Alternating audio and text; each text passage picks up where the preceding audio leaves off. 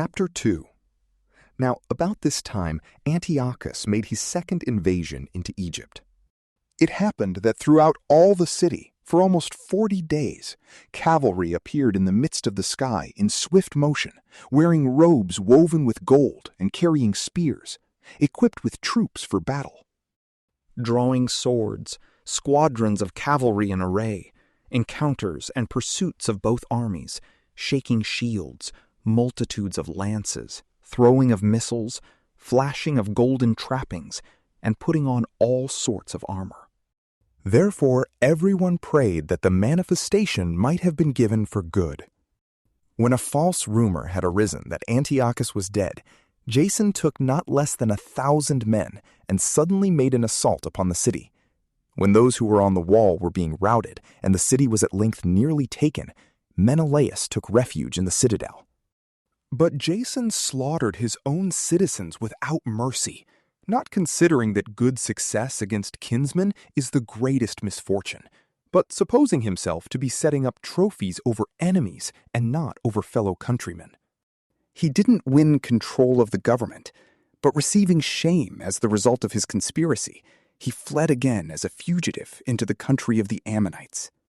At last, therefore, he met with a miserable end, having been imprisoned at the court of Aretas, the prince of the Arabians, fleeing from city to city, pursued by all men, hated as a rebel against the laws, and abhorred as the executioner of his country and his fellow citizens, he was cast ashore in Egypt.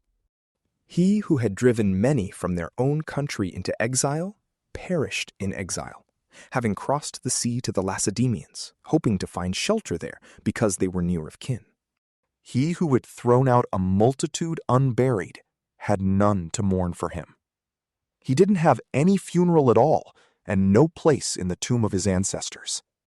Now when news came to the king concerning that which was done, he thought that Judea was in revolt. So, setting out from Egypt in a rage, he took the city by force of weapons, and commanded his soldiers to cut down without mercy those who came in their way, and to kill those who went into their houses. Then there was killing of young and old, destruction of boys, women, and children, and slaying of virgins and infants. In a total of 3 days, 80,000 were destroyed, of which 40,000 were slain in close combat, and no fewer were sold into slavery than slain.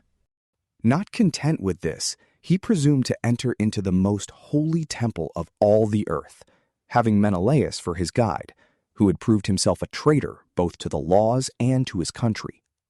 Even taking the sacred vessels with his polluted hands, and dragging down with his profane hands the offerings that had been dedicated by other kings to enhance the glory and honor of the place. Antiochus was lifted up in mind, not seeing that because of the sins of those who lived in the city, the sovereign Lord had been provoked to anger a little while, and therefore his eye was turned away from the place.